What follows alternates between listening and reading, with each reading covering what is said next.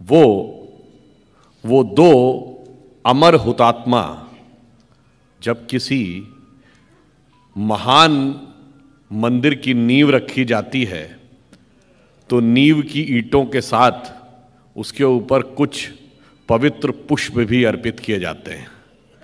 तो हम ये कह सकते हैं कि राम और शरद उन पुष्पों में से एक थे जिन्होंने अपने प्राणों के पुष्प ही उस श्री राम जन्मभूमि की आधारशिला पर अर्पित किए। तो मैं सर्वप्रथम उनके प्रति नमन व्यक्त करता हूं कि नियति के क्रूर करों ने भले लिया था तुमको हमसे छीन, हमारे व्याकुल मन चिरकाल रहेंगे तब स्मृति में लीन। अभी आप लोग जब जय श्री राम का उद्घोष कर रहे थे, मुझे याद है श्री राम जन्मभूमि का वह आंदोलन, उस समय मैं भी किशोर अवस्था और युवावस्था के मध्य में था, छात्र जीवन में था। अयोध्या तक कई बार गए। 1987 में जब मंदिर निर्माण के संकल्प के लिए रैली हुई थी, अप्रैल 1987 में, उसमें भी मुझे जाने का सौभाग्य मिला था। उसी में महंत नृत्य गोपाल दास जी भी थे, महंत रामचंद्र परमहंस दास भी थे, महंत अवैधनाथ जी भी थे जो उस समय श्री राम जन्मभूमि समिति के अध्यक्ष थे। और उसी में वह प्रसिद्ध गीत भी गवाया गया था, सौगंध राम की खाते हैं हम मंदिर वहीं बनाएंगे। अगर आपको याद हो तो उसमें एक पंक्ति थी जो आज हम सबको स्मरण आती है और वो भारतीय संस्कृति का यथार्थ भी बताती है कि जन जन के मन में राम रमे और प्राण प्राण में सीता है, हर हृदय की धड़कन रामायण पग पग पर बनी पुनीता है। यदि राम नहीं है श्वासों में तो प्राणों का घट रीता है। इसलिए नरनाहर श्री पुरुषोत्तम का हम मंदिर भव्य बनाएंगे, सौगंध राम की खाते हैं हम मंदिर वहीं बनाएंगे। और आपने देखा रामचरितमानस में कहा गया है, जो इच्छा करी हो मन माही, राम कृपा कुछ दुर्लभ नाही। और वो इच्छा साकार होती दिखाई पड़ रही। परंतु उसी समय हम लोग वहां पर एक गीत और भी गाते थे और मुझे लगता है कि कहीं ना कहीं दोनों भाइयों को उस गीत की पंक्तियां जो उन्होंने बलिदान दिया है उसको चरितार्थ करती थीं। एक गीत हम लोग उस समय कारसेवकपुरम में, यहां तक कि उस समय लखनऊ ही एक प्रकार से सेंटर था, ट्रेन आती थी तो वहीं रुकती थी, बसेज आती थी, फिर वहां से बाई रोड जाना पड़ता था। फ्लाइट से उस जमाने में कम लोग आते थे, पर कोई फ्लाइट से आता था तो भी वहीं रुकते थे। तो एक गीत गाया जाता था कि ये तन प्रभु राम का, मन प्रभु राम का, तो प्रेम से बोलिए जय श्री राम की। आस प्रभु राम की, श्वास प्रभु राम की, तो प्रेम से बोलिए जय श्री राम की। और लोक पर लोक यही यही मोक्ष धाम है, तो हर क्षण बोलिए जय श्री राम की।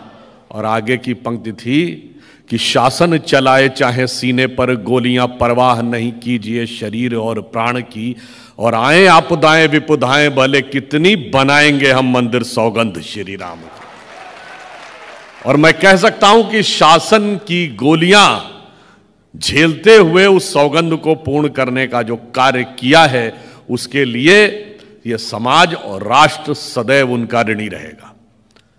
और यह भी कभी कभी समझना चाहिए, इस संसार में अलग अलग प्रकार की आत्माएं आती हैं। कई बार आपको लगता है कि कोई आया, बहुत जीवन में सुख भोग किया, बड़ा सुंदर जीवन जिया और बहुत सारे गलत कार्य भी करता रहा, आपको लगा उसके साथ तो कुछ हुआ ही नहीं। और कुछ बहुत अच्छे लोग बहुत कम समय में किसी दुर्घटनावश या दुखद परिस्थिति में इस प्रकार का बलिदान देना पड़ा, तो ऐसा नहीं है कि वो बलिदान व्यर्थ होता है। कुछ लोग आते हैं अपने पूर्व जन्म के संचित पुण्यों को खर्च करने के लिए, और कुछ आते हैं धर्म और राष्ट्र काम के लिए पुण्यों को संचित करने के लिए। जैसे आपने जिन लोगों को अभी यहां पर सम्मान दिया, जिसमें ममता जी, जिनके पुत्र ने गलवान घाटी में वह बलिदान दिया, और अभी जो बालिका जिसने कि नए भारत का एक संकेत दिया। वैसे आप में से बहुत से लोगों को शायद न पता हो कि गलवान में जो हमारे शहीद जो बलिदान हुए थे सैनिक, वो किस रेजिमेंट के थे? बिहार रेजिमेंट के थे। और आपको पता है बिहार रेजिमेंट का युद्ध उद्घोष क्या है?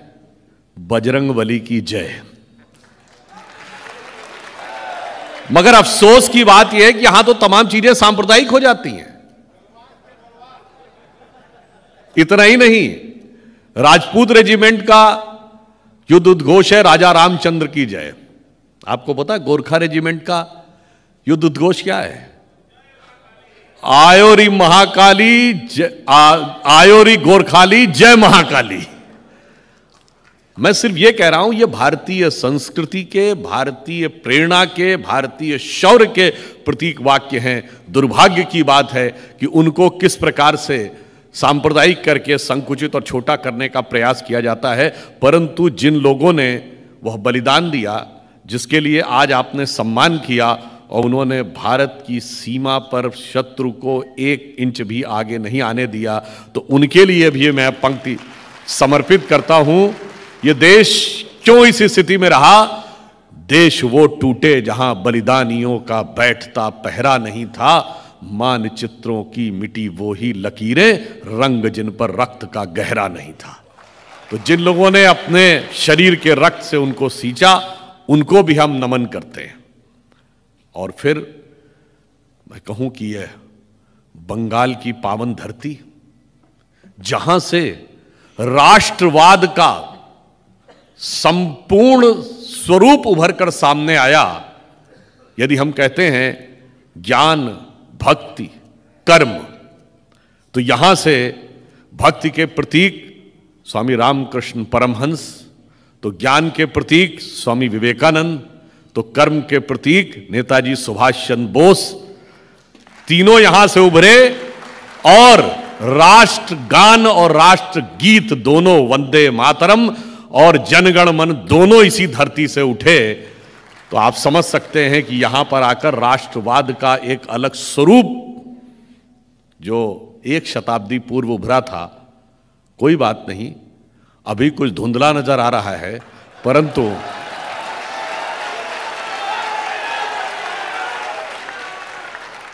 एक जमाने में अटल जी ने मुंबई में कहा था ना, कुहासा छटेगा, सूरज निकलेगा, कमल खिलेगा। मगर चिंता मत करिए, यहीं से हमारे संस्थापक अध्यक्ष डॉक्टर श्यामा प्रसाद मुखर्जी भी थे, और सूरज यहां भी खिलेगा। अब जब हम इस घटना का जिक्र करते हैं तो मुझे याद आता है, शायद आप में से बहुत से लोगों ने को ध्यान हो मगर उतना नजदीक से न देखा हो, श्री राम जन्मभूमि का आंदोलन। जानते हैं क्या था? मैं एक सिंपल सी बात कहना चाहता हूं। उदाहरण के लिए, हम लोग बचपन में बहुत सी चीजों को उसने स्पष्ट किया। 30 अक्टूबर 1990 जिस दिन कार सेवा थी, आज मीडिया की स्वतंत्रता पर भाषण देने वाले लोगों को मैं याद दिलाना चाहता हूं, जाके चेक कर लीजिएगा दूरदर्शन की आर्काइव से। मुझे अच्छी तरीके से याद है कि उस दिन शाम को 8:45 बजे की रेडियो की न्यूज और 8:45 बजे की दूरदर्शन की न्यूज, दोनों ने कहा कुछ हुआ ही नहीं था। इतना बड़ा झूठ बोला सरकारी मीडिया ने। और अगले दिन सुबेरे समाचार पत्रों में, मैं 30 अक्टूबर 90 की बात कर रहा हूं, 92 की नहीं, समाचार पत्रों में फोटो दिखाई पड़ी थी कि किस प्रकार से उस विवादित ढांचे के ऊपर कार सेवक चढ़े हुए थे और झंडा फहरा दिया था। और इसीलिए इस बात की वो खीज थी जिसकी वजह से 2 नवंबर 1990 को, जिस दिन शांतिपूर्ण भजन कार्यक्रम हो रहा था, किसी प्रकार की कोई हिंसा नहीं थी, फिर भी जिस दुर्दांत तरीके से गोलियां चलाई गईं और जिस कारण से इन 2 सपूतों का बलिदान हुआ। परंतु यह भी बात आप याद रखिए कि धर्म एक ऐसी चीज होती है, एक ऐसा तत्व है जिसके साथ कभी भी छल नहीं करना चाहिए। मैं याद दिलाना चाहता हूं, नवंबर 1990 की यह वाकया है। नवंबर 1989 में अगर भारत के इतिहास में पहली बार भगवान राम का नाम लेकर किसी ने चुनाव के अभियान की शुरुआत की है तो स्वर्गीय राजीव गांधी ने नवंबर 89 में अयोध्या से राम का नाम लेकर राम राज्य के नाम के साथ शुरुआत की थी और यह कहा कि हम तो राम के आदर्श को मानते हैं। और एक साल के अंदर 12 महीने के अंदर नवंबर 1990 में कार सेवकों के ऊपर गोली चलाने वाली समाजवादी पार्टी की मुलायम सिंह की सरकार को समर्थन देकर बचाया। यदि इतना बड़ा अंतर आप करते हैं तो फिर उसका प्रभाव दिखता है। और प्रभाव क्या दिखा? वो 404 थे, आज यह स्थिति हुई कि 2 बार से नेता प्रतिपक्ष के लायक बहुमत नहीं मिला है। और हम 2 थे, हम 303 हो गए।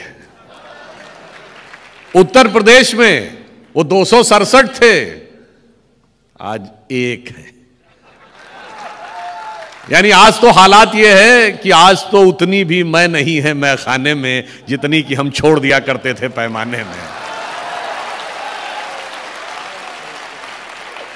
हम 17 थे, हम 325 तक पहुंचे और आज भी 255 हैं। क्योंकि हमारे यहां तो कहा गया है, राम विमुख अस हाल तुम्हारा, रहा न को कुल तारनहारा। अब मैं आपको यह भी बताना चाहता हूं, वो एक ऐसा विचित्र समय था जो भारत के इतिहास में ऐसा कोई आंदोलन नहीं था। मैं कोट कर रहा हूं बीबीसी को, क्योंकि आजकल बीबीसी से बहुत ज्यादा लगाव हो गया ना इन लोगों को। 30 अक्टूबर 1990 जिस दिन कार सेवा की घोषणा हुई थी, 29 और 30 अक्टूबर 48 घंटे के लिए लखनऊ आने वाली सारी ट्रेनें कैंसिल, लखनऊ आने वाली सारी बसें कैंसिल, लखनऊ आने वाली सारी फ्लाइट कैंसिल। प्राइवेट गाड़ी भी नहीं आ सकती, प्राइवेट बस भी नहीं आ सकती, सिर्फ सरकारी जीप चलेगी। तभी तो बताया कि उनको प्रयागराज से पैदल फूलपुर के रास्ते जाना पड़ा। और इतना ही नहीं, ऑल एसटीडी लाइंस स्टॉप्ड। शहर के बाहर से ना फोन आ सकता है, न शहर के अंदर से फोन बाहर जा सकता है। बीबीसी ने कहा था ऐसा कभी भारत छोड़ो आंदोलन में भी नहीं हुआ। जाके कोई चेक कर ले, उस जमाने का जो क्लेम था भारत छोड़ो आंदोलन का, वो क्या था?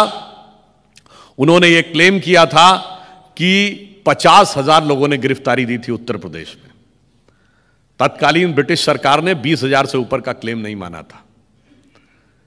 इस आंदोलन में यूपी गवर्नमेंट ने माना था कि 2.5 लाख लोग गिरफ्तार हुए, विश्व हिंदू परिषद ने 5 लाख कहा था। आप इससे अंदाजा लगा सकते हैं भारत की जनसंख्या दुगनी नहीं हुई थी 42 से 90 के बीच में, और 10 गुने अधिक लोगों का पार्टिसिपेशन। यह दर्शाता है कि यह आंदोलन क्या था जिसने भारत की राजनीति की धारा बदल दी, व्यवस्था बदल दी। और यह ऐसे ही दैवीय कार्य नहीं था, बहुत से लोगों को नहीं ध्यान होगा। 9 नवंबर 1989 जिस दिन हम लोगों ने प्रतीकात्मक शिलान्यास किया था, मैं उस समय स्टूडेंट था, तो एक छात्रावास में मैंने भी शिला पूजन का कार्य किया था। हमारे यहाँ 15 छात्रावास थे, तो इतने सारे तो पंडित उपलब्ध नहीं थे, तो स्वयंसेवकों को बहुत सारी वो दे दी गई थी पूजा विधि की, और सबसे कहा गया था 3-3, 4-4 हॉस्टल्स में आपको कराना है, कॉलोनीज में भी जाके कराना था। तो मैंने 3 छात्रावासों में कराया। वो दिन देवोत्थानी एकादशी थी। 30 अक्टूबर 1990 जिस दिन कार सेवा हुई, कोई भी जाके चेक कर ले, देवोत्थानी एकादशी थी।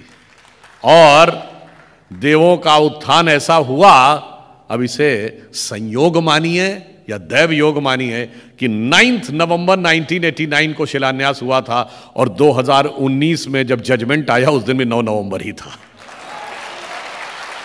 यदि देवताओं का आशीर्वाद था तो वो पूर्ण भी उसी रूप में जाके हुआ। परंतु कई बार हम सब ने सुना है कि अमृत प्राप्त होने से पहले विष निकलता है। प्रधानमंत्री श्री नरेंद्र मोदी जी ने विगत 15 अगस्त को लाल किले की प्राचीर से अपने भाषण में क्या कहा कि स्वतंत्रता का अमृत महोत्सव वर्ष समाप्त हुआ है। उन्होंने कहा यह समाप्त नहीं हुआ है, अब यहां से एक नया संकल्प है कि 75वें वर्ष से जब हम शताब्दी पूर्ण करेंगे तब तब भारत को क्या क्या अचीव करना है, क्या इसका भवितव्य है, इसके लिए इस कालखंड को अमृत काल कहा है। और अमृत काल में क्या कहा? उन्होंने 5 संकल्प की बात कही। नंबर 1, भारत को विकसित राष्ट्र और विश्व की नंबर 1 अर्थव्यवस्था बनाना है। नंबर 2, इसके लिए गुलामी की मानसिकता के हर प्रभाव से अपने को मुक्त करना है। नंबर 3, इसके लिए अपनी विरासत पर गर्व करना है। नंबर 4, इसके लिए हम सबको कर्तव्य करना है। और 5वां वह कर्तव्य सामूहिक रूप से करना है। और मैं कह सकता हूं कि श्री राम जन्मभूमि का आंदोलन उस विष के निवारण और उस अमृत की शुरुआत का पहला समय था। और यह भी संयोग मानिए कि श्री नरेंद्र मोदी जी का राजनीति में पदार्पण भी उसी समय हुआ। तो 1990 में भाजपा के राष्ट्रीय सचिव बने थे।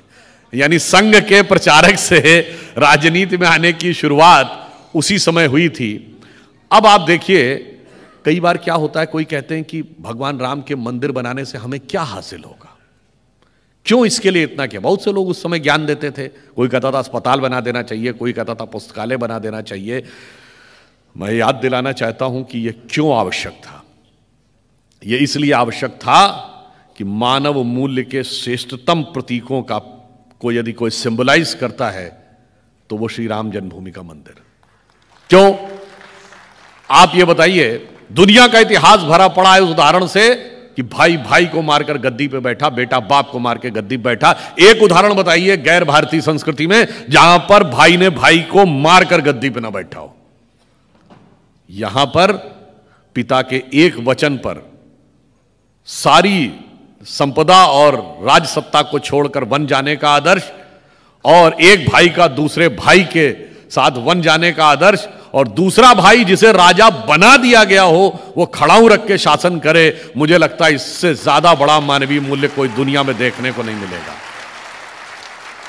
जो मैं पहले भी बोल चुका हूं कि राम की परंपरा में 4 भाई थे, चारों ने क्या किया आपको पता है। और जो लोग बाबरी के नाम पे लड़ते थे वहां भी 4 भाई थे, जिसमें आगे एक औरंगजेब जिसने शुजा, मुराद, दारा के रूप में 3 का कत्ल कर दिया, और इतना ही नहीं, जेल में अपने बाप को डालकर सगे बड़े भाई दारा शिकोह का सर काट के थाली में सजा के अपने बाप के पास भेजा। भाई किसी भी मजहब को मानने वाले हो, घर में क्या चाहते हो, भाइयों का कटा हुआ सर या भाई की खड़ाऊ। इसलिए यह श्रेष्ठतम मानवीय मूल्यों का प्रतीक है। और यह कितना गहरा है, मैं एक छोटी सी बात बताना चाहता हूं। मैं पहले भी मैंने आपसे कहा, कभी आपने ध्यान दिया हो कि भगवान राम 4 ही भाई क्यों थे? 3 या 5 भी तो हो सकते थे। पर यदि भगवान ने अवतार लिया था और वह लीला दिखा रहे थे तो 4 ही भाई क्यों? तो हमारे यहां कोई भी चीज विदाउट लॉजिक नहीं है। और राम ही क्यों गए थे वन, और राम के साथ लक्ष्मण ही क्यों गए? घर में जब हम राम दरबार मंगाते हैं तो राम लक्ष्मण ही होते हैं, और साथ में सीता जी और हनुमान जी होते हैं। और भरत ने ही खड़ाऊ रख के क्यों शासन किया? शत्रुघ्न ही अयोध्या में क्यों रहे? तो आपने सुना होगा, परंतु एक बिंदु, चूंकि आज उनकी माता जी का नाम सुमित्रा था तो मुझे याद आया कि राम किसके पुत्र थे? माता कौशल्या के, भरत कैकेयी के, और सुमित्रा जी के 2 पुत्र थे, शत्रुघ्न और लक्ष्मण। तो जुड़वा भाई लक्ष्मण और शत्रुघ्न ही क्यों थे? हर चीज का कारण है। कोई भी चीज हमारे यहां कहानी नहीं है। देखिए 4 भाई इसलिए हैं कि यह 4 पुरुषार्थ के प्रतीक हैं, धर्म, अर्थ, काम, मोक्ष। भगवान राम धर्म के प्रतीक हैं, शत्रुघ्न अर्थ के प्रतीक हैं, लक्ष्मण काम के प्रतीक हैं, भरत मोक्ष के प्रतीक हैं। और यदि धर्म की स्थापना होनी है तो वो राज सत्ता में बैठ के नहीं होगी, वन में जाकर होगी। इसलिए राजा राम, भगवान राम राजा राम बन के नहीं बनते, वनवासी राम बन के बनते हैं। इसलिए वो वन में जाएंगे। और चूंकि लक्ष्मण जी काम के प्रतीक हैं, यानी कामना यानी इच्छाओं के प्रतीक हैं, तो कामना सदैव धर्म के साथ रहनी चाहिए। इसलिए वो राम को कभी छोड़ेंगे नहीं, वो सदैव उनके साथ रहेंगे। परंतु जब तुलसीदास जी ने हनुमान चालीसा में क्या लिखा, रघुपति कीनी बहुत बड़ाई, तुम मम प्रिय भरत ही संभाई। तो राम को फिर लक्ष्मण सबसे ज्यादा प्रिय क्यों नहीं, भरत ही क्यों प्रिय ज्यादा है? लक्ष्मण को तो राम प्रिय ज्यादा है, पर राम को भरत प्रिय है। क्यों? भरत मोक्ष के प्रतीक हैं, धर्म को सबसे प्रिय कौन है? मोक्ष। और भरत जी खड़ाऊ रख के शासन क्यों करते हैं? मोक्ष धर्म के किसी भी एक प्रतीक को रखकर तपस्या करेगा तो मोक्ष प्राप्त होगा। इसलिए वो खड़ाऊ रख के शासन करते हैं। अब आइए इस बिंदु पे कि लक्ष्मण जी और शत्रुघ्न जी ही जुड़वा भाई क्यों है? क्योंकि एक काम का प्रतीक है, एक अर्थ का प्रतीक है। कामना और अर्थ जुड़वा भाई है, ये कभी अलग नहीं हो सकते, क्योंकि अर्थ आप तभी प्राप्त, यानी अर्थ का अर्थ होता है कि इच्छाओं की पूर्ति। इच्छा और इच्छा की पूर्ति ये तो जुड़वा है, ये तो कभी अलग नहीं हो सकते। इसलिए दोनों एक ही मां से होंगे, दोनों कभी अलग नहीं होंगे। परंतु जब धर्म का काम करना होगा तो कामना को धर्म के साथ, लक्ष्मण राम के साथ, और शत्रुघ्न अर्थ कभी राजधानी नहीं छोड़ सकता, तो अर्थ सेवा के साथ, अर्थ सेवा में लगा रहेगा तब धर्म के साथ होगा। कामना धर्म के साथ लगी रहेगी तब धर्म की स्थापना होगी। और वो होगी कैसे? वन में जाकर जब भगवान राम ने पहले निषाद राज का सम्मान किया, माता शबरी का सम्मान किया, सुग्रीव का राज्याभिषेक किया, वानर, रीछ, भालू, यानी समाज के वो वनवासी, गिरवासी जो सबसे मतलब एक तरीके से दृश्य से ओझल क्षेत्र थे, वहां पे जाकर कार्य करके उन सब को इकट्ठा करके उस जमाने की विश्व की सबसे बड़ी शक्ति रावण का नाश किया, तब धर्म की स्थापना हुई। इसलिए मैं एक और बात कहता हूं जो पहले भी मैंने एक बार कही है कि भाई रावण के 10 सिर क्यों थे और एक सर कटता था, दूसरा क्यों उगाता था? वो इसलिए कि वो 10 सिर 10 इंद्रियों के प्रतीक हैं। किसी इंद्री की एक इच्छा पूरी करिए, तुरंत वो दूसरी आ जाएगी, भगवान भी उसे रोक नहीं सकते। अगर आप उसको काटते रहेंगे यानी इच्छा पूर्ण करते रहेंगे तो कभी नहीं समाप्त होगी। नाभि पे जाकर वार करिए, मतलब जो मूल स्रोत है इच्छाओं का, उस पर जब ईश्वरीय शक्ति का आघात होगा तब वो दशानन यानी 10 इंद्रियों की extrovert tendency, the extrovert tendency of all the 10 senses, 10 इंद्रियों की बहिर्मुखी पिपासा नष्ट होगी। ये करेगा कौन? राम। राम का अर्थ क्या है? रमन्ते इति रामः, संस्कृत के रम धातु से बना है, जिसका अर्थ होता है वह तत्व जिसमें सारा संसार रमा है। और राम उत्पन्न कहां होंगे? राम के पिता का क्या नाम है? दशरथ। जब 10 इंद्रियों को रखने की क्षमता आएगी तब हृदय में वह तत्व उत्पन्न होगा जो 10 इंद्रियों के बहिर्मुखी पिपासा को नष्ट करेगा। इसीलिए धर्म, अर्थ, काम, मोक्ष चारों कब आएंगे? जब 10 इंद्रियों को आप रथ लेंगे। अब ये बताइए, चूंकि हम यहां कोलकाता में खड़े हैं, यहां तो 33 साल तक मार्क्सिस्टों का शासन रहा।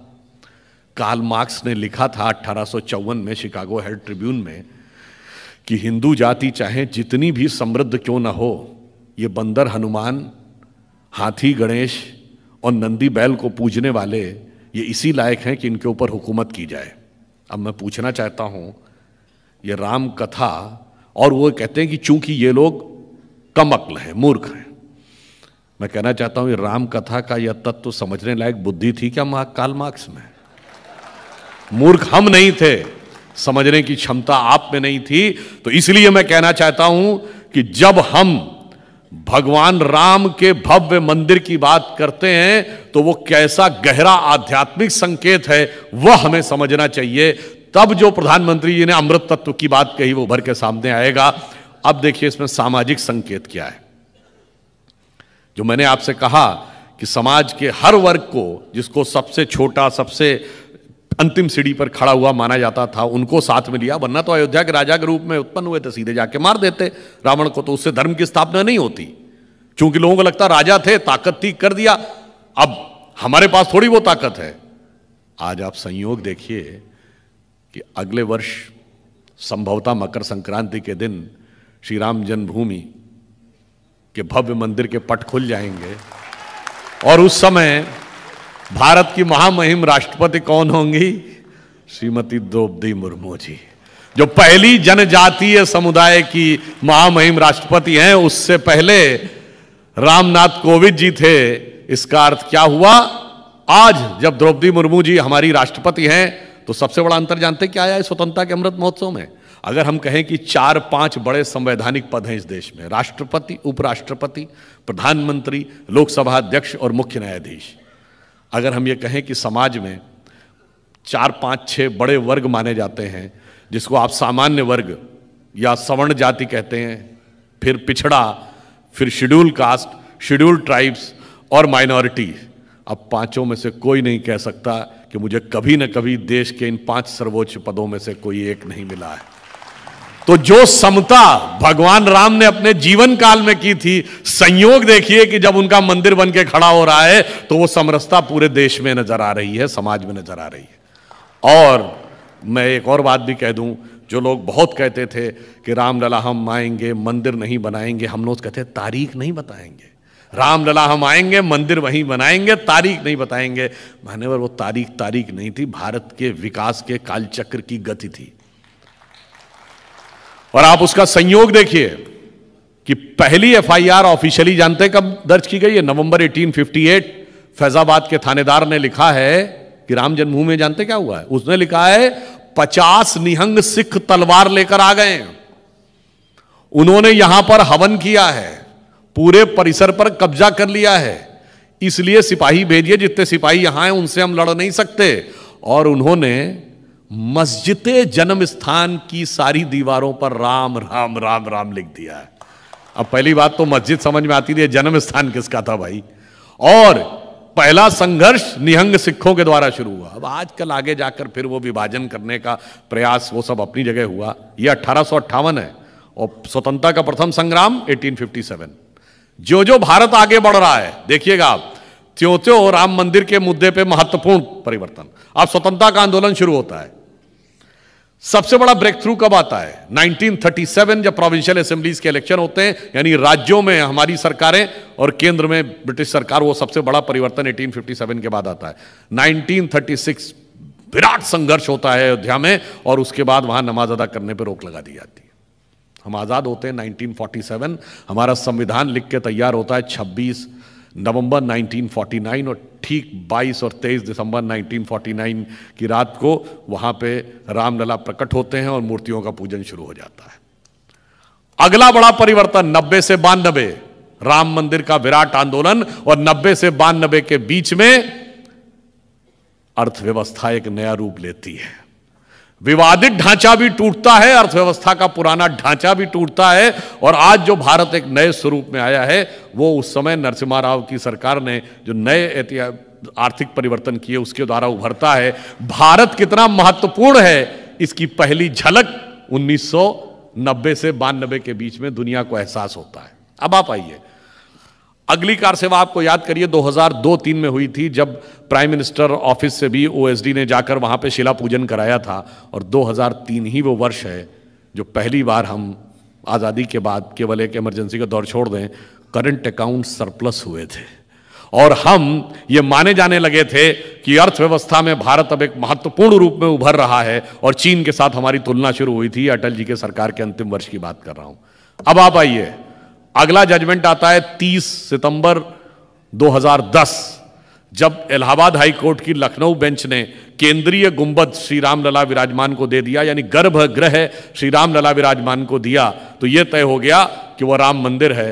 यह 30 सितंबर 2010 है। और अक्टूबर 2010 में बैरक ओबामा, अमेरिकन राष्ट्रपति, भारत की संसद के संयुक्त सदन में कहता है, India is not emerging, India has emerged.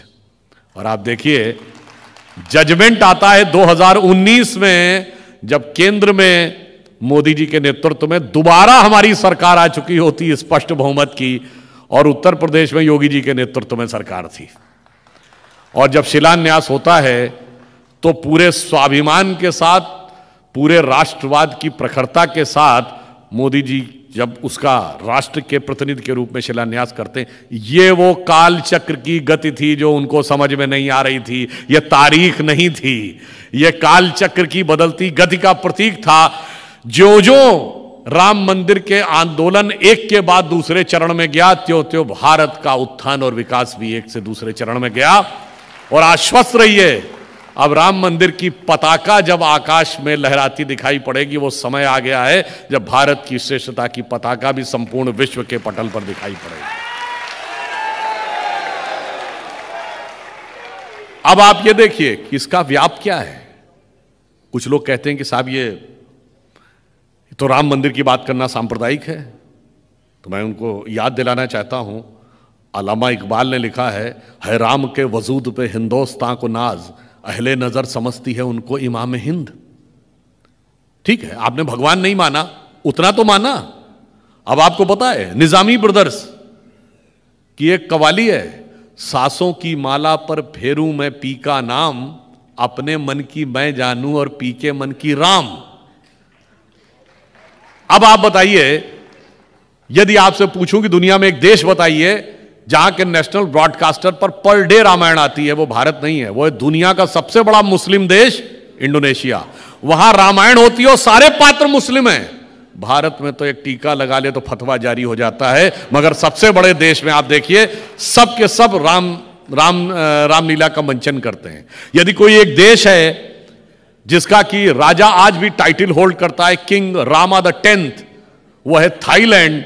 वो बुद्धिस्ट देश है और दुनिया का सबसे बड़ा बौद्ध देश है आज की डेट में, वो मानता है। कोई एक देश है जहां की फर्स्ट लेडी आज भी मानती है कि उसकी डिसेंडेंसी भगवान राम से है, वो है साउथ कोरिया। जाके चेक करिएगा, वहां 60% लोग नास्तिक हैं। और हरे राम हरे कृष्णा मूवमेंट पूरे यूरोप में चला।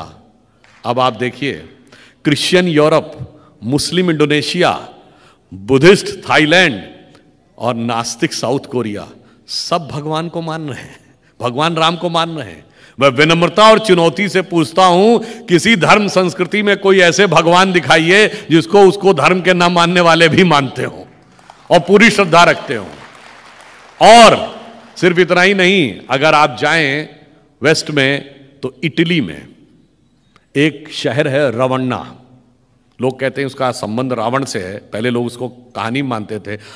अब वहां के इंटीरियर जंगलों में एक गुफा मिली, जिस गुफा में एक चित्र जानते हैं क्या बना है कि एक व्यक्ति, एक हिरन मरा हुआ पड़ा है और उसमें एक व्यक्ति जिसकी शक्ल थोड़ी खूंखार सी है, अपने चेहरे पर से एक मुखौटा हटा रहा है और एक स्त्री का हाथ पकड़ रहा है। अब ये क्या है, ये रावण और मारीच की सीधे चित्रण है या नहीं, ये बताने की आवश्यकता नहीं। यानी वहां तक, जिसका मतलब इटली के रावन्ना शहर का रावण के साथ संबंध उस भित्ति चित्र के अनुसार प्रासंगिक दिखता है। इजिप्ट में सबसे बड़े राजा हुए थे फेराहो। उस फेराहो डायनेस्टी का जो पहला राजा है उसका नाम है रामसे। इसका मतलब हुआ पूरब हो या पश्चिम, भगवान राम का प्रभाव सभ्यता, धर्म, संस्कृति, देश इससे बियॉन्ड जाकर है। इसीलिए तुलसीदास जी ने कहा है, सिया राम मैं सब जग जानी, करहूं प्रणाम जोर जुग पानी। अब इसलिए जो कुछ है ये कितना विराट है यह समझने की आवश्यकता है। अब मैं कहता हूं कि यहां हम आज हैं इस बंग भूमि पे, जिसने इस देश में उसी संस्कृति को, जिसका व्याप पूरे विश्व में दिखाई पड़ता है, किस ऊंचाई तक पहुंचाया है, इसे आज हमें स्मरण करने की जरूरत है। मैं अभी पिछले वर्ष मई के महीने में शिकागो गया था, तो मुझे वो हॉल देखने का अवसर मिला जहां स्वामी विवेकानंद जी ने 1893 में वो भाषण दिया था। और मैं कहूँगा, सबसे पहले अगर किसी ने कहा गर्व से कहो हम हिंदू हैं, तो वो तो स्वामी विवेकानंद ने यहीं से कहा था।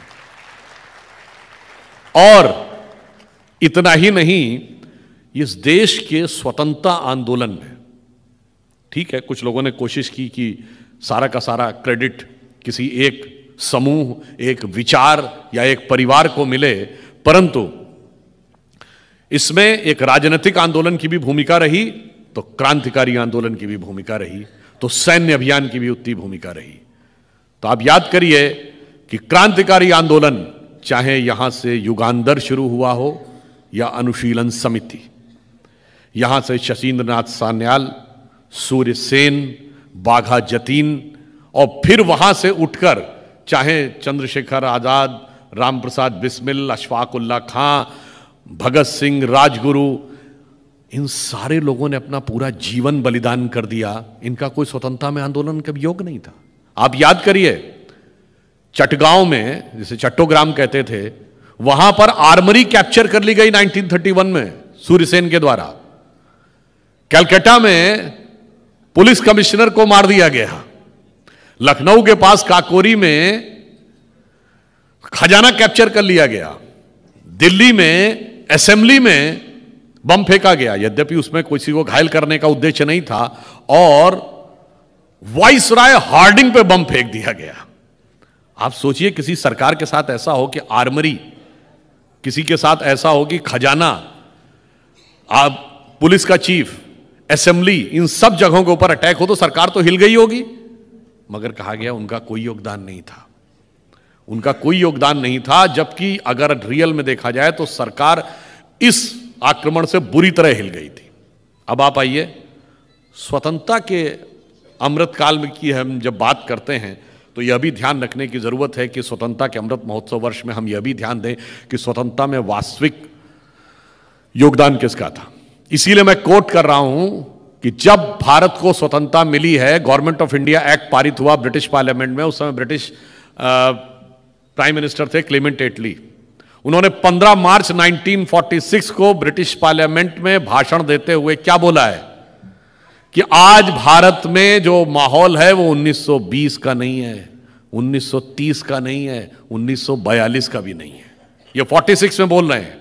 आज भारत में राष्ट्रवाद की लहर बहुत व्यापक रूप धारण करती जा रही है और वो ब्रिटिश सैनिक जिन्होंने वर्ल्ड वॉर में शानदार योगदान दिया, अब उनके अंदर ऐसी फीलिंग आ गई है कि उनके ऊपर हम पूरी तरह विश्वास नहीं कर सकते हैं। अब वो किस कारण से आई थी? नेताजी सुभाष चंद्र बोस ने जो आजाद हिंद फौज बनाई थी, उसकी वजह से वो परिस्थितियां उत्पन्न हुई थी। और जो लोग बहुत कहते हैं कि साहब स्वतंत्रता का आंदोलन हमने लड़ा, तो मैं याद दिलाना चाहता हूं कि 1942 में जो भारत छोड़ो आंदोलन हुआ वो तो 2 महीने में दबा दिया गया था। ये 43, 44, 45, 46, 47 5 साल कोई आंदोलन ही नहीं, बिना आंदोलन छोड़ के चले गए वो। ये बात गले के नीचे उतरती है क्या? मतलब 5 साल कुछ हो ही नहीं रहा था, ऐसे ही बैठे उठ के चल दिए। हो रहा था दूसरी जगह। जिस समय 1943 में फर्स्ट एक्साइल गवर्नमेंट हमारी बनी थी आजाद हिंद फौज की, नेताजी के नेतृत्व में, जिसे 11 देशों ने मान्यता प्रदान की थी। 1943 के नवंबर में उन्होंने आकर अंडमान निकोबार में भारत का ध्वज फहरा दिया था। कोहिमा में मार्च 44 में ध्वज फहरा दिया गया था। और जो लोग ये भी प्रचारित करने का प्रयास करते हैं ना कि वीर सावरकर ने यह कहा कि भारत के युवकों से कि जाके सेना में भर्ती हो जाओ, उनके लिए मैं याद दिलाना चाहता हूं 25 जून 1944 आजाद हिंद रेडियो से नेताजी की वॉइस में, यह अवेलेबल है आज भी नेताजी की वॉइस में, उन्होंने कहा जब मुझे दुख है कि कांग्रेस के ज्यादातर नेता आजाद हिंद फौज के सैनिकों को भाड़े का सैनिक कह के मजाक बना रहे हैं, परंतु मुझे इस बात की खुशी है कि भारत में मिस्टर सावरकर जैसे कुछ लोग हैं जो भारतीय नौजवानों को सेना में भर्ती करने के लिए प्रेरित कर रहे हैं और यह हमारी शक्ति बनेंगे। और इतना ही नहीं, आप सबको शायद ध्यान हो कि भारत की स्वतंत्रता से पहले एक बहुत बड़ा कार्य हुआ था, वो जो कि 16 फरवरी 1946 को नौसेना का विद्रोह। और यह अनायास नहीं हुआ था, उससे ठीक पहले जो ब्रिटिश कमांडर इन चीफ था क्लॉड ओकिनले, उसने वाइसराय को चिट्ठी लिखी थी। उसने लिखा था कि आजाद हिंद फौज के सैनिकों के ऊपर जो लाल किले में मुकदमा चल रहा है उस कारण से भारी असंतोष सेना के अंदर आ गया है, मेरी आपको सलाह है कि ये मुकदमा रोक दीजिए। यह लिखता है 24 नवंबर 45 को। फिर 12 फरवरी 46 को लिखता है अब स्थिति हमारे नियंत्रण से बाहर हो चुकी है और किसी भी समय कुछ भी हो सकता है। और 18 फरवरी को नौसेना की अपराइजिंग होती है और 2 दिन के अंदर बॉम्बे से कलकत्ता और कराची तक 20,000 नौसैनिक उसमें आ जाते हैं। 100 से अधिक युद्धपोतों पे कब्जा हो जाता है। अंग्रेजों के हाथ पांव फूल जाते हैं। आखिर में उनको कांग्रेस के नेताओं से बात करनी पड़ती कि आप समझाइए कि ये वापस आए। मैं डेट इसलिए आपको कह रहा हूं, ये है वो सेटल होता है 28 फरवरी 1946 और क्लेमेंट एटली का बयान है 15 मार्च 46। कैबिनेट मिशन आता है 24 मार्च 46 और कहता है कि अब बस सत्ता का ट्रांसफर करना है और 2 सितंबर 46 को अंतरिम सरकार का नेतृत्व नेहरू जी संभाल लेते हैं, 15 अगस्त 47 को नहीं, 2 सितंबर 46। ये क्यों था? बहुत साफ था। और इतना ही नहीं, जिस समय वो आंदोलन चल रहा था तो कोलकाता में सबसे जबरदस्त विरोध हुआ। किसका? जो लाल किले में सैनिकों के ऊपर मुकदमा चल रहा था। इस कारण से कांग्रेस को भी मजबूरी में, कांग्रेस के तमाम नेता कहते हैं ना हम उनका मुकदमा लड़े थे जाके, हां लड़े थे, भूलाभाई देसाई, आसफ अली, जवाहरलाल नेहरू जी लंबे समय के बाद कोट पहन के वो मुकदमा लड़े थे जाके। परंतु इसलिए मैं कोट कर रहा हूं, कम्युनिस्ट इतिहासकार सुमित सरकार ने अपनी किताब में आसफ अली जी को कोट करते हुए लिखा है कि उन्होंने कहा कि ये हमें करना इसलिए बहुत जरूरी था क्योंकि इतना जनता में आक्रोश था कि अगर हम नहीं करते तो हमारा आधार कम हो जाता, क्योंकि प्रोविंशियल असेंबलीज के इलेक्शन भी 46 में आ रहे थे। और मगर हम आश्वस्त हैं कि जब हमारी सरकार बनेगी तो इन सैनिकों को न भारत की सेना में रखेंगे न उन्हें पेंशन देंगे। और यही हुआ। आप कहते हैं मुकदमा लड़े थे जाके, बाद में ना उनको सेना में रिहेबिलिटेट किया और ना उनको युद्धकालीन पेंशन दी। यानी जो कहा था, जो लिखा था, वो वास्तविकता में सच हुआ। अब मैं आपसे एक और बात कहना चाहता हूं, आप सबको ध्यान हो, भारत की आजादी की डेट 15 अगस्त 47 तो नहीं तय थी। जो ब्रिटिश पार्लियामेंट ने तय की थी वो तो अगस्त 1948 तय की थी। एक साल पहले क्यों भाग गए? एक साल पहले इसलिए चले गए थे कि नौसेना में जो कुछ फरवरी 46 में दिखा था, उसके बाद उनके सामने भागने के अलावा कोई चारा नहीं रह गया था। और उसका कारण नेताजी सुभाष चंद्र बोस का वह कार्य था। इसीलिए आप याद करिए 2018 में जब आजाद हिंद फौज की उस एग्जाइल गवर्नमेंट का 75वां वर्षगांठ हुआ तो 26 जनवरी को प्रधानमंत्री मोदी जी ने जो जीवित सैनिक थे आजाद हिंद फौज के, सबको गणतंत्र दिवस की परेड में ससम्मान उनको अवसर दिया। और बाकायदा राजपथ पर, जिसका नाम अब कर्तव्य पथ हो गया है, वहां पर एक एग्जीबिशन लगी कि आजाद हिंद फौज की वह गवर्नमेंट कैसे काम कर रही थी। आप याद करिए 2015 में कुआलालंपुर में भारत का पहला कल्चरल सेंटर आउटसाइड इंडिया, जिसका नाम नेताजी सुभाष चंद्र बोस के ऊपर बना। 2016 में हमने फाइल्स डिक्लासिफाइड की। उसके बाद जो रोज आइलैंड था उसका नाम नेताजी सुभाष द्वीप किया। और फिर देखिए वास्तविक आजादी का अमृत ये तब था कि इंडिया गेट पे उस जगह पे नेताजी की मूर्ति स्थापित हुई है जहां जॉर्ज फिफ्थ की मूर्ति हुआ करती थी। इसे वास्तविक आजादी अब कहेंगे।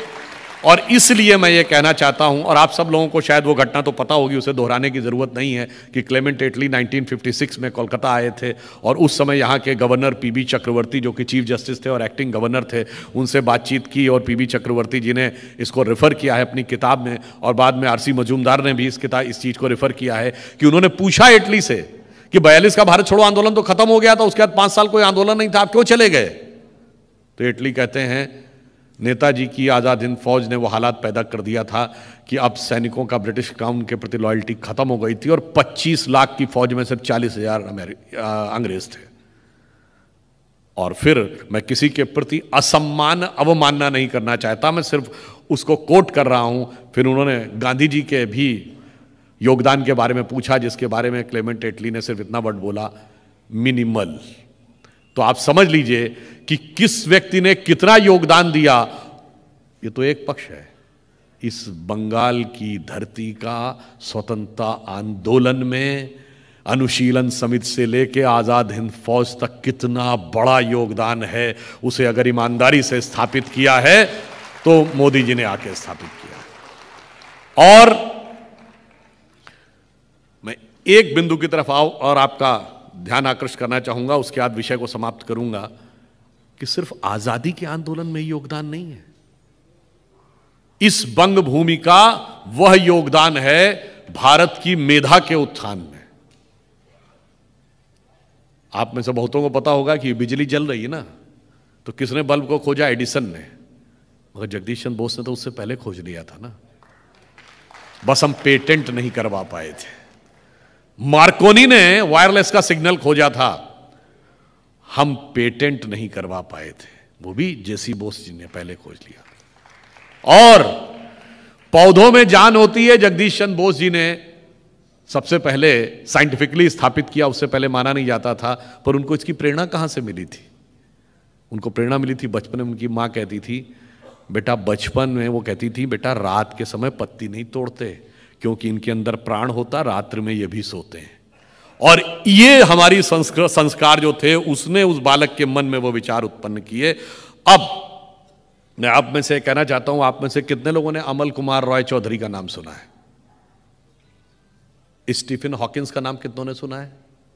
सबने सुना है, बहुत लोगों ने सुना है। जाके चेक करिएगा, स्टीफन हॉकिंस और पेनरोज ने जो टाइम एंड स्पेस की जो थ्योरी दी है, उसका जो मैथमेटिकल इक्वेशन है, ये वो स्थापित करने में सफल नहीं हो पा रहे थे। 50 के दशक में यहीं के एक वैज्ञानिक अमल कुमार राय चौधरी ने वो बेसिक फार्मूला दिया था जिसने टाइम एंड स्पेस के बीच का मैथमेटिकल इक्वेशन स्थापित किया। स्टीफन हॉकिंस, और उसको पेनरोज पैराडॉक्स कहते हैं। स्टीफन हॉकिंस और पेनरोज दोनों को नोबेल प्राइज मिला, दोनों ने उनका उल्लेख किया है इसमें। आप सोचिए कि विज्ञान का वह प्रभाव कहां तक था, मगर आजादी के अमृत महोत्सव में अमृत की इसलिए जरूरत है कि वो हमको याद आए। आप सबको पता है कि 21st सेंचुरी की अभी तक की सबसे बड़ी साइंटिफिक खोज क्या है? God particle. आम बोलचाल भाषा में गॉड पार्टिकल कहते हैं। यह फंडामेंटल पार्टिकल है जिससे माना गया कि यूनिवर्स बना है। यह अप्रैल 2012 में यूरोप की सन लेबोरेटरी में खोजा गया। इसका वास्तविक वैज्ञानिक नाम क्या है? वास्तविक नाम है हिग्स बोसॉन। और हिग्स बोसॉन दो साइंटिस्टों के नाम पे जिन्होंने सबसे पहले इसका कॉन्सेप्ट दिया था। एक थे इंग्लैंड के पीटर हिग्स और दूसरे बोसॉन किसके नाम पे? भारत के सत्येंद्र नाथ बोस। ये बोसॉन वर्ड वहां से आया है। सोचिए, 21वीं सदी की सबसे बड़ी वैज्ञानिक खोज के ऊपर भी यहां के हस्ताक्षर दिख रहे हैं। अब मैं आपसे कहता हूं आगे की बात कि सन लेबोरेटरी में की लॉबी में अगर आप जाएं तो वहां पर डांसिंग करते हुए नटराज की एक बहुत बड़ी मूर्ति लगी, वही नटराज की मूर्ति जो हम सब जगह देखते हैं। और उसके नीचे ऑस्ट्रियन साइंटिस्ट फिट्ज़-कैपरा का कोट है कि now the science has come to the conclusion that the perpetual creation and destruction of universe is like the cosmic dance of Shiva. अब सुनिए, फिट्ज़-कैपरा बहुत फेमस रहे अपनी किताब के लिए, जिस किताब का नाम था ताओ ऑफ फिजिक्स। उन्होंने एक दूसरी किताब लिखी है जिसका नाम था द अनकॉमन विजडम। उसमें फिट्ज़-कैपरा जानते क्या लिखता है? आप सबने शायद सुना हो, हाइजेनबर्ग अनसर्टेनिटी प्रिंसिपल का नाम सुना है, जो फंडामेंटल पार्टिकल्स के बीच में विज्ञान का बहुत बड़ा सिद्धांत है आइंस्टीन के सापेक्षता सिद्धांत के बाद। उसको मैं आपको ऐसे समझाता हूं। वो ये कहता है कि किसी भी चीज की एक साथ स्थिति और गति का निर्धारण संभव नहीं है। The simultaneous and exact determination of both the position and velocity is impossible. वो कैसे है? अगर आप इस पॉइंट की स्थिति का सही निर्धारण करना चाहेंगे तो किसी चीज के सापेक्ष करेंगे ना, तो धरती के सापेक्ष करेंगे तो आप धरती को स्थिर मान लेंगे, पर धरती स्थिर है क्या? तो अगर आपने स्थिति का सही निर्धारण किया तो गति में त्रुटि आ गई। और अगर आप अर्थ के मूवमेंट को टेक इनटू अकाउंट कर लेंगे तो आप इसकी पोजीशन नहीं डिटरमाइन कर पाएंगे। तो स्थिति और गति का निर्धारण संभव नहीं है। इसको कुछ कुछ ऐसे समझिए, जैसे एक कार आपको दिखती है तो कार की पिक्चर क्लियर हो तो आपको उसकी स्थिति क्लियर दिखती है। कार बहुत तेज स्पीड से जा रही है और उसकी एक धुंधली सी तस्वीर दिखे तो धुंधली तस्वीर में आपको कार की स्पीड का तो आइडिया लगता है, पर वो एग्जैक्टली किस जगह पे है वो आपको नहीं पता लगता।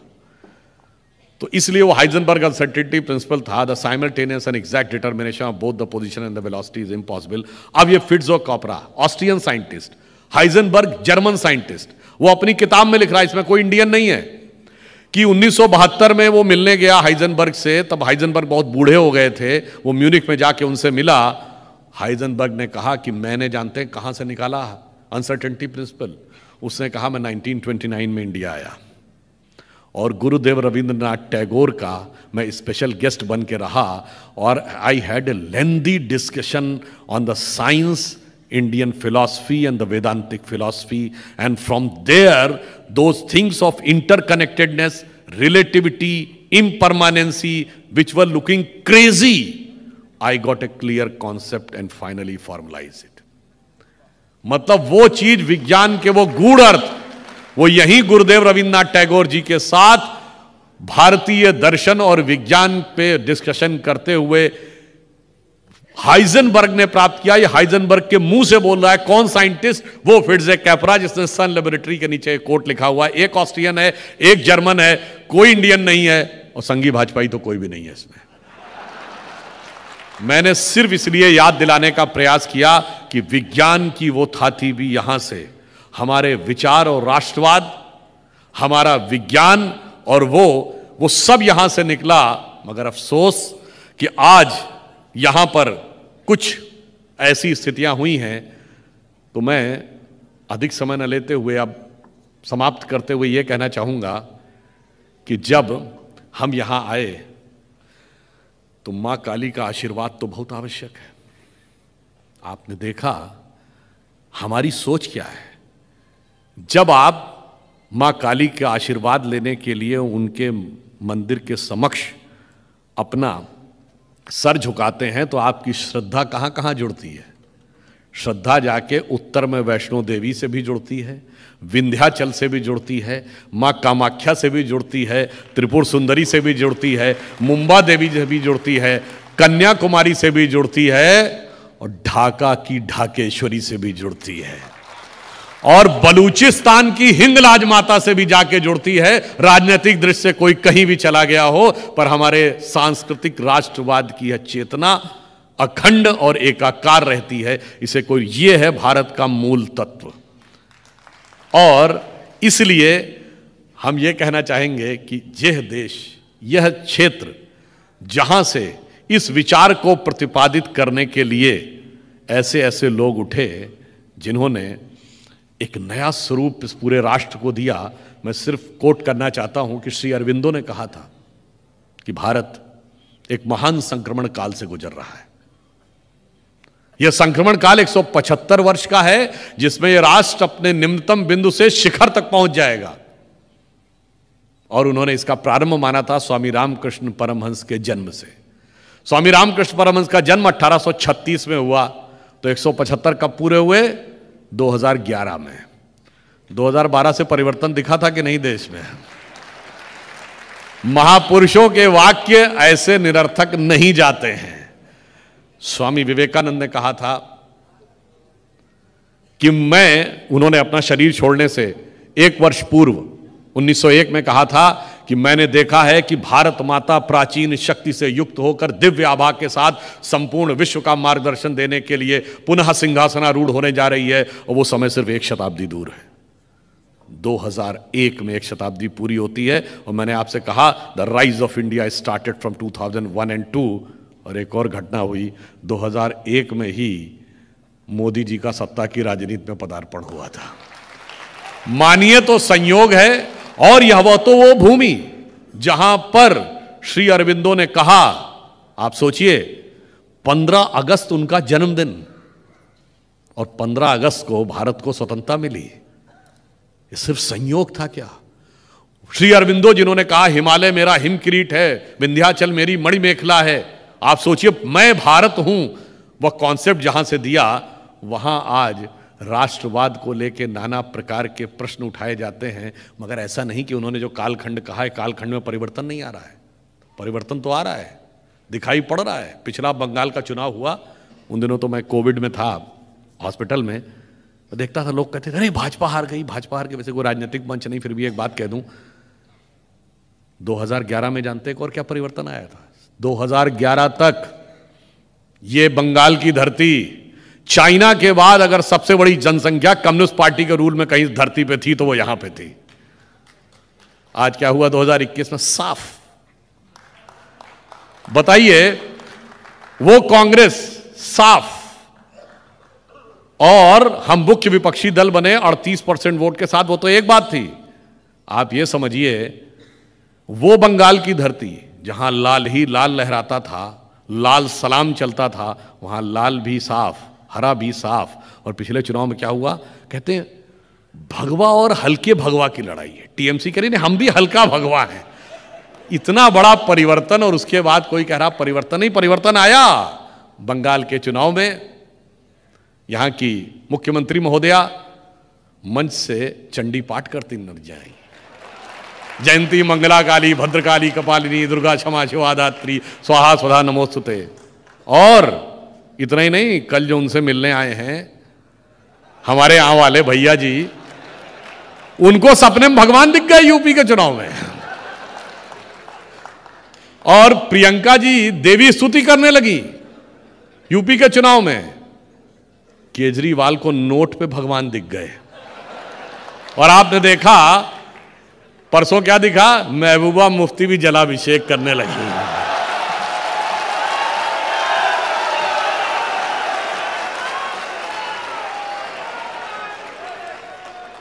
बदले बदले मेरे सरकार नजर आते हैं, क्योंकि दिल्ली में बैठे हुए मोदी सरकार नजर आते हैं। और आप ये समझिए कि जब राम मंदिर में के आंदोलन के बाद, ढांचा गिरने के बाद 93 का चुनाव हुआ, तो यूपी में हम लोग सरकार नहीं बना पाए थे। उस समय सपा बसपा ने मिलकर सरकार बना ली थी, तो एक नारा चला था यूपी में, मिले मुलायम काशीराम, हवा में उड़ गए जय श्री राम। तो हमारी एक नेत्री थी, उन्होंने कहा था थोड़ी सी हमने एकता और शक्ति में कमी दिखाई है, इसलिए नारा लग रहा है कि मिले मुलायम काशीराम, हवा में उड़ गए जय श्री राम। जिस दिन आप वास्तविक एकता और शक्ति दिखा देंगे, उस दिन नारा हो जाएगा क्या मुलायम क्या काशीराम, सारे बोलेंगे जय श्री राम। और वह दिखने लगा है। बस आप यूं समझिए कि राष्ट्रवाद की तरंग अब बंग भूमि से उठने का समय आ गया है। पहले कोलकाता राजधानी हुआ करती थी, दिल्ली बाद में बनी थी। कोलकाता से राष्ट्रवाद शुरू हुआ था, दिल्ली उसके प्रभाव में बाद में आया था। अभी 2014 के बाद दिल्ली से आपने देखा गंगोत्री से और संगम तक तो तरंग आ गई है, अब गंगा सागर तक आने का समय आ गया है।